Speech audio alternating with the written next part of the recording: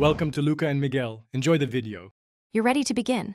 Gather 1 cup milk, 2 scoops ice cream, and 1 cup fruit or 1/2 cup flavored syrup. Once done, add milk to the blender first. This protects blades and ensures smoother flow. Make sure to add ice or frozen fruit next to chill and thicken the shake. Finally, top with the ice cream so it blends evenly without clumping. You'll notice the order improves texture and prevents the motor from stalling if ingredients are dense. Now continue by pulsing 3-4 short bursts to break up large pieces, then blend at medium speed for about 20-30 seconds to combine everything evenly. You'll want to stop and scrape the sides with a spatula once. This prevents pockets of unmixed fruit or ice cream. After scraping, blend again briefly until the texture looks uniform and silky.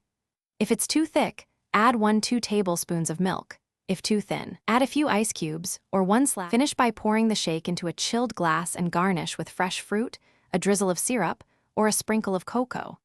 If the texture seems grainy, blend a little longer at higher speed or strain through a fine sieve to remove seeds and fibrous bits. Make sure to taste and adjust sweetness with 1 tsp sugar or honey if needed.